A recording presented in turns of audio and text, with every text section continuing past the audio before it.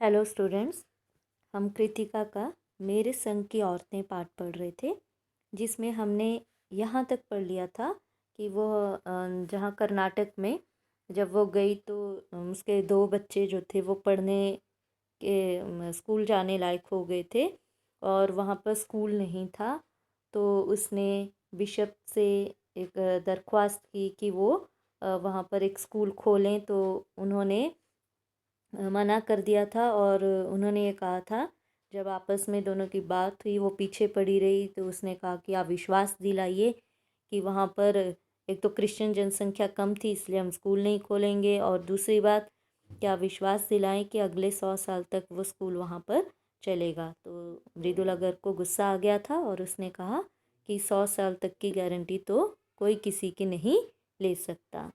तो उन्होंने फिर गुस्से में कह दिया था कि अच्छा है, पढ़ाने की समस्या आपकी है, बच्चों की हमारी नहीं है। तो यही उसने बात कही थी कि ये जो बात थी वो कड़वी थी पर 100% सच थी, और सच के आगे सिर झुकाने की हमारी बचपन की आदत थी। और फिर बाद में उसने तय किया कि खुद वो अंग्रेज़ी, हिंदी और कन्नड़ 3 भाषाएं पढ़ाने वाला प्राइमरी स्कूल वहाँ खोलेगी, और कर्नाटक सरकार से उसे मान्यता भी दिलवाई, मान्यता एफिलिएशन। और वहाँ के अनेक मेहनती और खिसके लोगों की मदद से यह व्रत भी पूरा हुआ। और मेरे बच्चे यानी मृदुला गर्ग यहाँ कह रही है कि स्वयं उसके बच्चे तथा अन्य अफसरों के बच्चे भी उसी स्कूल में पढ़े और बाद में अलग अलग शहरों के अलग अलग ख्यात स्कूलों में दाखिला भी पा गए। मतलब उसी स्कूल में पढ़कर वो बाद में अच्छे अच्छे स्कूलों में उनकी एडमिशन भी होगी, दाखिला भी पा गए। तो यहाँ तक हम लोग पढ़ चुके हैं, लेकिन आगे बढ़ने का फ़ायदा तभी है जब यहाँ तक जो हम प्रश्न करें तो उसके ऊपर चर्चा कर लें, और वो प्रश्न आने भी चाहिए क्योंकि एग्जामिनेशन पॉइंट ऑफ व्यू से इम्पॉर्टेंट भी है। तो आइए हम 15 अगस्त 1947 स्वतंत्रता आंदोलन वहाँ से शुरू करते हैं, वहाँ से लेकर अभी तक जो हमने पढ़ा यहाँ तक। उससे पहले वाले प्रश्न मैं पहले कर चुकी हूँ, अब वाले। तो पहला प्रश्न, लेखिका के पिता ने लेखिका को कौन सी किताब पढ़ने को दी थी? तो जब स्वतंत्रता समारोह में सभी लोग चले गए थे, घर के सभी सदस्य, तो कौन सी किताब पढ़ने को दी थी और इस किताब ने उसे किस प्रकार प्रभावित किया था? तो लेखिका के पिता ने लेखिका को रूसी उपन्यासकार दास्तोवस्की की पुस्तक ब्रदर्स कारामजोव पढ़ने के लिए दी। उस पुस्तक में बच्चों पर ढाए जाने वाले अत्याचारों का वर्णन था, और यह वर्णन इतना प्रभावशाली था कि लेखिका को कुछ अध्याय याद हो गए, और इन घटनाओं ने लेखिका के लेखन को भी प्रभावित किया। उन कटु अनुभवों की छाप उनकी लिखी रचनाओं में स्पष्ट रूप से देखी जा सकती है। अच्छा, स्वतंत्रता की दीवानी होती हुई भी लेखिका 15 अगस्त 1947 का स्वतंत्रता समारोह देखने क्यों न जा सकी? ये प्रश्न है। स्वतंत्रता की दीवानी होती हुई भी लेखिका 15 अगस्त 1947 का स्वतंत्रता समारोह देखने क्यों न जा सकी? तो लेखिका बचपन से ही स्वतंत्रता की दीवानी थी, परंतु जिस दिन स्वतंत्रता समारोह होना था उस दिन वह बीमार थी, उसे टाइफाइड हो गया था। उन दिनों इसे जानलेवा रोग माना जाता था, अतः डॉक्टर ने उसे समारोह पर जाने से मना किया था। अच्छा, लेखिका तथा उसकी बहनें हीन भावना की शिकार क्यों नहीं रही? इसके कई कारण थे। पहला कारण ये था कि उन्हें मन्नत मानकर दुनिया में लाया गया था। दूसरे, उन्हें देशभक्त माँ और गौरवशाली नानी मिली थी जिनके मन में आज़ादी के प्रति लगाव था, और इन सशक्त संस्कारों के कारण वे कभी हीन भावना की शिकार नहीं बनी। लेखिका के भाई बहनों में से कौन कौन लेखक बना था? तो लेखिका की बहनों में से मंजुल भगत और अचला लेखिकाएं बनी, और भाई राजीव भी लेखक बना। मंजुल भगत और राजीव ने हिंदी में लेखन किया और अचला ने अंग्रेजी में। लेखिका की रचनाओं को ससुराल वाले क्यों नहीं पढ़ते थे? इस बात का लेखिका पर क्या प्रभाव पड़ा? तो लेखिका की रचनाओं को ससुराल वाले इसलिए लेखिका की रचनाओं को परिवार के अन्य सभी सदस्य पढ़ा करते थे, परंतु उसके ससुराल वाले कभी नहीं पढ़ते थे। इस कारण पहले तो लेखिका को बहुत बुरा लगता था, परंतु बाद में यह सोचकर अच्छा भी लगता था कि चलो ससुराल में कोई उस पर आलोचना दृष्टि रखने वाला तो नहीं है।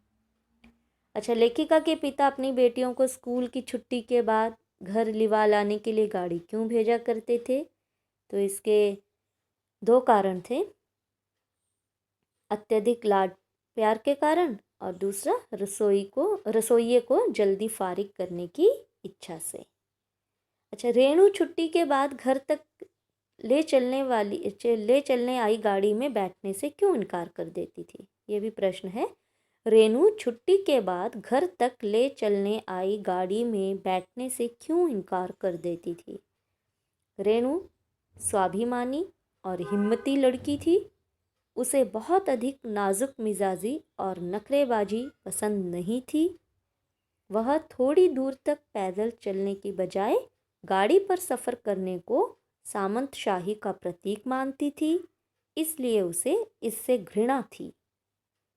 अच्छा, चित्रा के व्यक्तित्व की विशेषताएं बताइए। तो चित्रा कैसी थी? चित्रा मुंहफट थी, दबंग भी थी और समाज सेवी स्वभाव की लड़की थी। वह पढ़ाई के दौरान भी स्वयं पढ़ने की बजाय औरों को पढ़ाने में लगी रहती थी और इस कारण उसके अंक कम आते थे। वह जो भी सोचती थी उसे पूरा करके दम लेती थी। उसने जिस लड़के को पसंद किया उसी से विवाह किया। उसकी दृढ़ इच्छा शक्ति के सामने लड़का भी शीघ्र झुक गया। अच्छा, शादी के बारे में लेखिका के विचार स्पष्ट करें। लेखिका कौन? मृदुला गर्ग के। तो लेखिका शादी के बारे में परंपरा को बनाए रखने की पक्षधर थी और उसका मानना है कि तलाक लेने से भी समस्या का हल नहीं निकलता। तलाक से केवल मर्द बदलता है, उससे कोई प्रयोजन सिद्ध नहीं होता। अतः आवश्यक है कि घर के भीतर रहते हुए अपनी मर्जी से जी लिया जाए। तो ये प्रश्न और जो अभी अभी देखिए हमने रिसेंटली अभी जो पढ़ा था बिहार और बिशप स्कूल का, तो उसमें से भी प्रश्न बन जाता है और ये इम्पॉर्टेंट प्रश्न है। जैसे लेखिका ने अपनी हिम्मत से बिहार में कौन सा साहसिक कार्य किया? तो लेखिका ने बिहार के डालमिया नगर कस्बे में रहकर महत्वपूर्ण साहसिक कार्य किया। उसने वहाँ की महिलाओं को हिम्मत दी। जो औरतें फिल्म में भी पुरुषों से अलग बैठा करती थीं, उन्हें इस बात के लिए तैयार किया कि वे पराये पुरुषों के साथ नाटकों में रोल करें और एक प्रकार से उन्होंने नारी चेतना जगाने का भरसक प्रयास किया। और कर्नाटक के बिशप ने स्कूल खोलने से क्यों मना किया? ये अभी अभी हमने डिस्कस भी किया कि कर्नाटक के बिशप ने कर्नाटक के छोटे से कस्बे में स्कूल खोलने से इसलिए मना किया क्योंकि वहाँ ईसाई लोग बहुत थोड़े थे। वे क्रिश्चियनों की पढ़ाई के लिए स्कूल खोलना चाहते थे। अन्य लोगों के लिए स्कूल खोलने में उनकी रुचि नहीं थी। पादरी महोदय लेखिका के बच्चों के लिए स्कूल खोलने के लिए इस शर्त पर तैयार हुए कि वह स्कूल आगे आने वाले 100 सालों तक चलता रहे। यह असंभव सी शर्त थी। उनका सिद्धांत था, न नौमन तेल होगा न राधा नाचेगी। तो आशय यह है कि वे गैर क्रिश्चियनों के लिए स्कूल नहीं खोलना चाहते थे। तो अभी तक हमने जो पढ़ा वो यहाँ तक इतने प्रश्न जो बनते हैं, ठीक है। उससे पहले के प्रश्न हम पहले डिस्कस कर चुके हैं। चलिए अब आगे बढ़े। तो ऐसे अनेक मौके आए, ऐसे लेखिका कहती है, जब मैंने अपने ज़िद्दीपन के नमूने पेश किए। पर सबसे ज़्यादा पर सबसे ज़्यादा उसने मंच पाया मेरे लेखन में, जो शुरू से अब तक लीक से खिसका अपनी राह खुद तलाशता रहा है। पर सब कुछ कर लेने पर भी मैं अपनी छोटी बहन रेणु के मुकाबिल नहीं पहुंच सकती। 1950 के अंतिम दौर में, अब ये रेणु की बात बता रही है, एक रात दिल्ली में एक साथ 9 इंच बारिश हो गई। दिल्ली की खासियत यह रही है कि थोड़ा पानी बरसते ही वहाँ के नाले परनालों में बाढ़ आ जाती है, पुलों के बीच पानी भर जाता है और तमाम यातायात ठप हो जाता है। ऐसा दिल्ली में थोड़ी सी बारिश हो जाए तो हो जाता है। दिल्ली क्या, मुंबई का भी यही हाल है। इस क़यामती बारिश के बाद तो सरकारी दफ्तरों के पहले तल्लों यानी पहली मंजिल, ग्राउंड फ्लोर जिसको कहेंगे, फाइलें पानी में तैर आई थी। अगली सुबह किसी तरह का कोई वाहन सड़क पर नहीं निकला था। जाहिर है कि रेणु के स्कूल की बस भी उसे लेने नहीं आई होगी। तो ये तो अब सोचने की बात है ना कि इतना कुछ पानी भर गया और जहाँ फाइलें तक तैरने लग गई ऑफिस में, तो वहाँ पर तो स्कूल की बसें तो नहीं आई होंगी। तो रेणु ने कहा, कोई बात नहीं, मैं पैदल चली जाऊंगी। सभी मना कर रहे हैं घर के सदस्य कि मत जाओ, यातायात ठप है, बारिश हो रही है तो स्कूल भी बंद ही होंगे, बस लेने नहीं आई है तो जाने का मतलब नहीं। तो रेणु ने कहा, कोई बात नहीं, मैं पैदल चली जाऊंगी। सबने समझाया, स्कूल बंद होगा, मत जाओ। उसने कहा, आपको कैसे पता? हर बात का जवाब मांगती थी वो। इस सवाल का माकूल जवाब किसी के पास नहीं था, तो किसी के पास कोई उत्तर तो नहीं था ना उसका, ठीक है।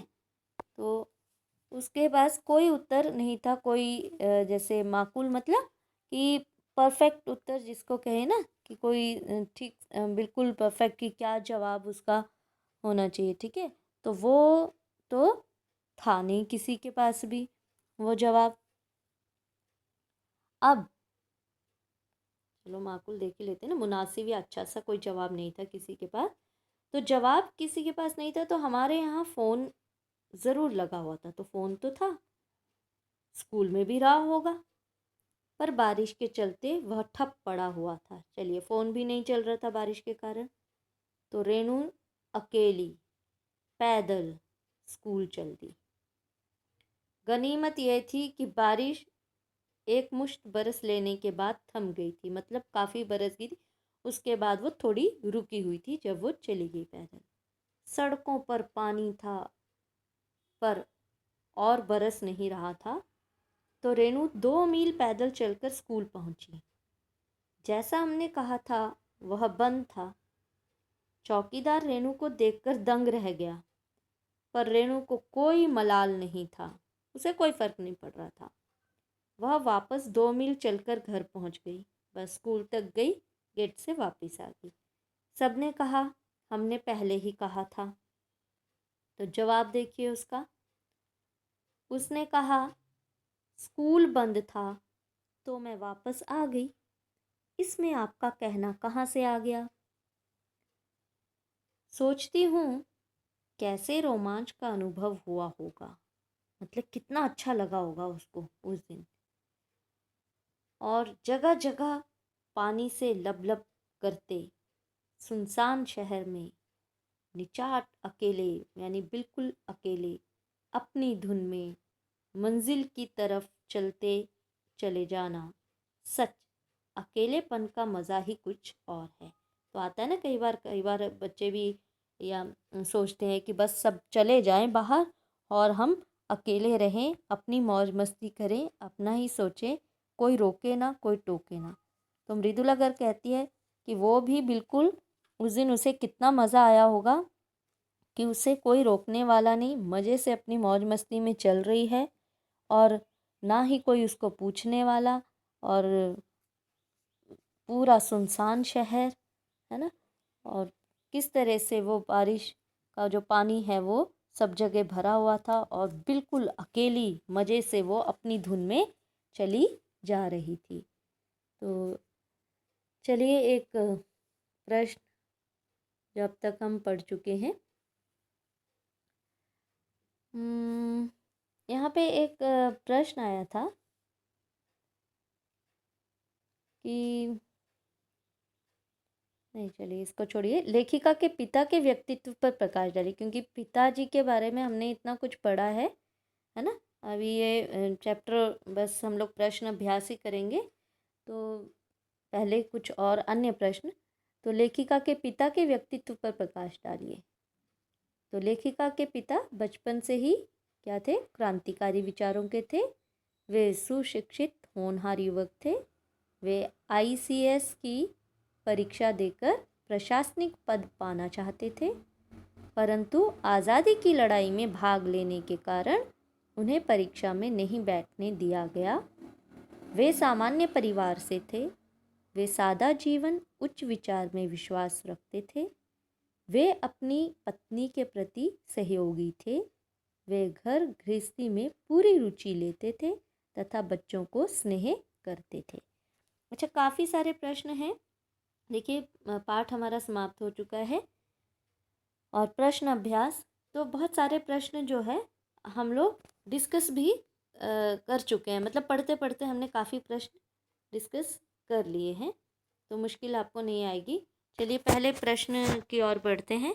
देखिए, पहला प्रश्न है, लेखिका ने अपनी नानी को कभी देखा भी नहीं।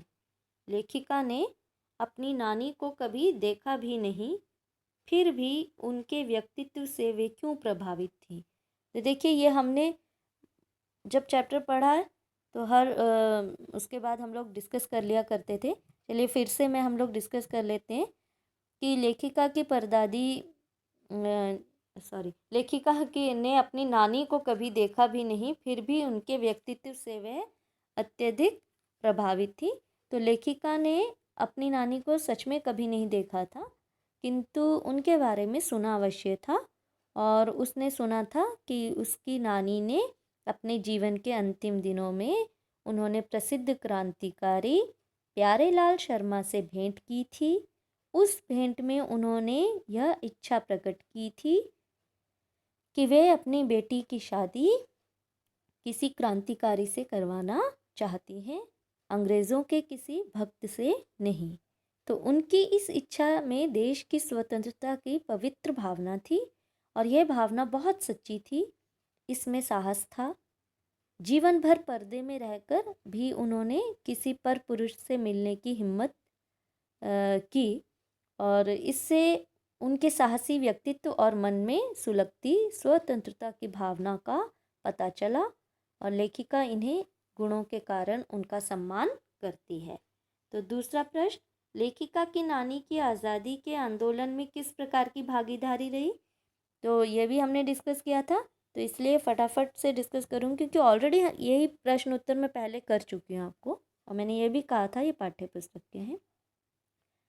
लेखिका की नानी आज़ादी के आंदोलन में खुलकर भाग न ले सकी।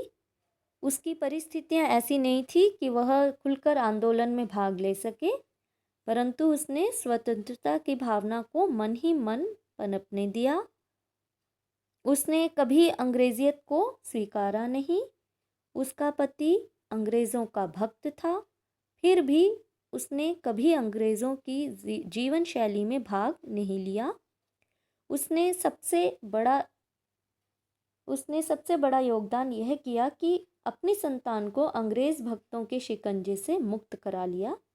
उसने अपनी बेटी की शादी एक क्रांतिकारी से करा दी, ताकि उसकी बेटी और उसके बच्चे देश के लिए कुछ कर सकें, और इस घटना से क्रांतिकारियों को भी जो उत्साह मिला होगा उसकी कल्पना ही की जा सकती है। तो ये आप अपने शब्दों में भी लिख सकते हैं, ठीक है। तो ये एक उत्तर है, पॉइंट्स हैं कुछ आपके सामने, तो आप अपने शब्दों में लिखिए प्रश्न उत्तर। तीसरा प्रश्न है, लेखिका की माँ परंपरा का निर्वाह न करते हुए भी सबके दिलों पर राज करती थी, इस कथन के आलोक में।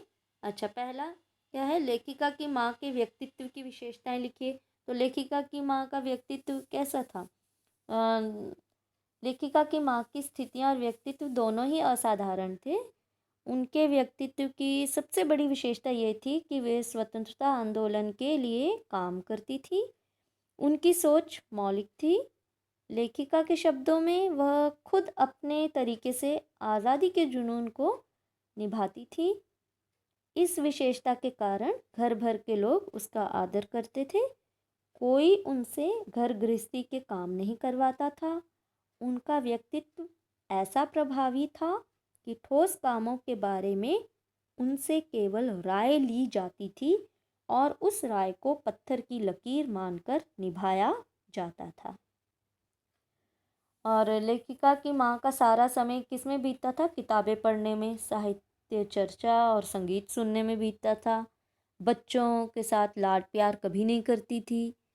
उनके मान सम्मान के दो कारण और भी प्रमुख थे कि वे कभी झूठ नहीं बोलती थी और वे एक की गोपनीय बात दूसरे से नहीं कहती थी। तो इतनी सारी बातें बताई, आप इसमें से लिख सकते हैं माँ की विशेषताएं। और दूसरा है, लेखिका की दादी के घर के माहौल का शब्द चित्र अंकित कीजिए।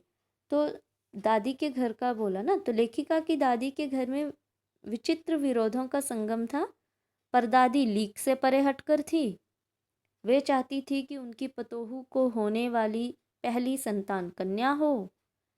उसने यह मन्नत मानकर जग जाहिर भी कर दी, मतलब सबको बता भी दी, और इससे घर के अन्य सभी लोग हैरान थे।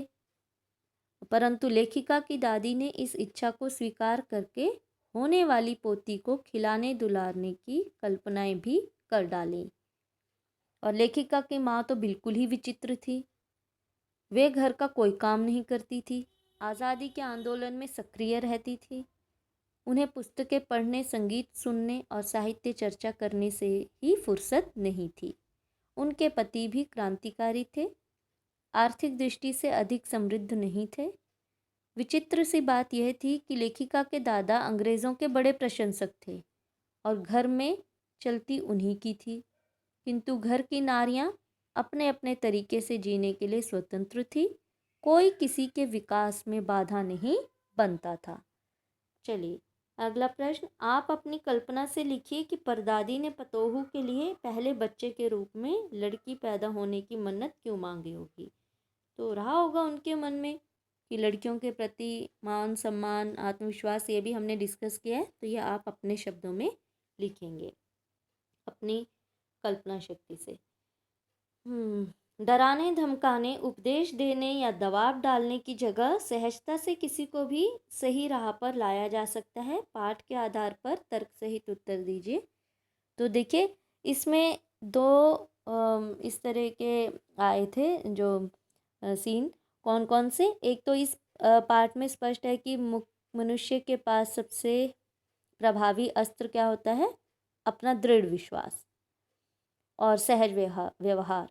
तो यदि कोई सगा संबंधी गलत राह पर हो तो उसे डराने धमकाने, उपदेश देने या दबाव देने की बजाय सहजता से व्यवहार करना चाहिए, जो कि लेखिका की नानी ने भी यही किया। उन्होंने अपने पति की अंग्रेज भक्ति का न तो मुखर विरोध किया, न समर्थन किया, न वे जीवन भर अपने आदेशों पर टिकी रही, और परिणाम स्वरूप अवसर आने पर वह मनवांछित कार्य कर सकी। अच्छा, दूसरा, लेखिका की माता ने चोर के साथ जो व्यवहार किया वह तो सहजता का अनोखा उदाहरण है। उसने ना तो चोर को पकड़ा, ना पिटवाया, बल्कि उससे सेवा ली और अपना पुत्र बना लिया। उसके पकड़े जाने पर उसने उसे उपदेश भी नहीं दिए, ना ही चोरी छोड़ने के लिए दबाव डाला। उसने इतना ही कहा कि अब तुम्हारी मर्जी, चाहे चोरी करो या खेती। उसकी इस सहज भावना से चोर का हृदय परिवर्तित हो गया और उसने सदा के लिए चोरी छोड़ दी और खेती को अपना लिया। ठीक है, तो ये दो जो थे, एक नानी उनकी और एक लेखिका की माँ, तो ये उदाहरण आप दे सकते हैं। प्रश्न 6, शिक्षा बच्चों का जन्मसिद्ध अधिकार है। इस दिशा में लेखिका के प्रयासों का उल्लेख कीजिए। ये रिसेंटली अभी हमने पढ़ा है। तो शिक्षा पाना बच्चों का जन्मसिद्ध अधिकार है। जिस बच्चे का जन्म हुआ है उसे उचित विद्यालय में शिक्षा मिलनी ही चाहिए।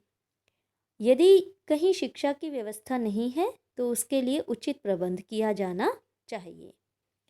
लेखिका कर्नाटक के छोटे से कस्बे बागलकोट में थी। वहाँ उसके 2 बच्चों को पढ़ाने की समुचित व्यवस्था नहीं थी, अतः उसने एक अच्छा स्कूल खुलवाने की भरपूर कोशिश की। पहले उसने पास के कैथोलिक बिशप से प्रार्थना की कि वे वहाँ एक स्कूल खोलें, परंतु बिशप तैयार नहीं हुए। तब उन्होंने अपनी कोशिशों से कुछ उत्साही लोगों को साथ लगाकर वहाँ एक अच्छा प्राइमरी स्कूल खुलवाया। उसमें लेखिका तथा अन्य अफसरों के बच्चे पढ़े और बाद में बड़े बड़े स्कूलों में भर्ती होने योग्य बन गए। ये अभी हमने सेकंड लास्ट पैराग्राफ है ना, वहाँ पढ़ा था। प्रश्न 7, पाठ के आधार पर लिखिए कि जीवन में कैसे इंसानों को अधिक श्रद्धा भाव से देखा जाता है। तो पाठ के आधार पर लिखना है ना। तो इस पाठ के आधार पर स्पष्ट है कि ऊंची भावना वाले दृढ़ संकल्पी लोगों को श्रद्धा से देखा जाता है। जो लोग सद्भावना से व्यवहार करते हैं तथा आवश्यकता पड़ने पर गलत रूढ़ियों को तोड़ डालने की हिम्मत रखते हैं, समाज में उनका खूब आदर सम्मान होता है। और अब ये अंतिम प्रश्न, इसमें आप और भी ऐड ऑन कर सकते हैं ये जो मैं कह रही हूँ, जैसे लेखिका की नानी इसलिए श्रद्धेय बनी, यह उदाहरण भी थोड़ा सा दे देना, क्योंकि उसने परिवार और समाज से विरोध लेकर भी अपनी पुत्री को किसी क्रांतिकारी से ब्याहने की बात कही थी। इस कारण वह सबकी पूज्या बन गई। और लेखिका की परदादी इसलिए श्रद्धा बनी क्योंकि उसने 2 धोतियों से अधिक संचय न करने का संकल्प किया था। उसने परंपरा के विरुद्ध लड़के की बजाय लड़की होने की मन्नत मानी। और लेखिका की माता जी तो क्या थी, वो भी श्रद्धेय बनी क्योंकि उसने देश की आज़ादी के लिए कार्य किया, कभी किसी से झूठ नहीं बोला, कभी किसी की गोपनीय बात को दूसरे को नहीं बताया। तो ये सभी व्यक्तित्व सच्चे थे, लीक से परे थे तथा दृढ़ निश्चयी थे। इस कारण इनका सम्मान हुआ, इन पर श्रद्धा प्रकट की गई। तो अंतिम प्रश्न, सच अकेलेपन का मज़ा ही कुछ और है। इस कथन के आधार पर लेखिका की बहन एवं लेखिका के व्यक्तित्व के बारे में अपने विचार व्यक्त कीजिए। तो ये सबसे लास्ट में तो हमने यही पढ़ा। तो लेखिका और उसकी बहन में अकेले अपने पथ पर चलने का दृढ़ साहस है। लेखिका ने अपने बलबूते पर बिहार के रूढ़िपंथी लोगों के बीच रहकर नारी जागृति का कार्य किया। उन्होंने शादीशुदा औरतों को पर पुरुषों के साथ नाटकों में अभिनय करने के लिए प्रेरित किया। इसके लिए उनमें एक धुन सवार थी।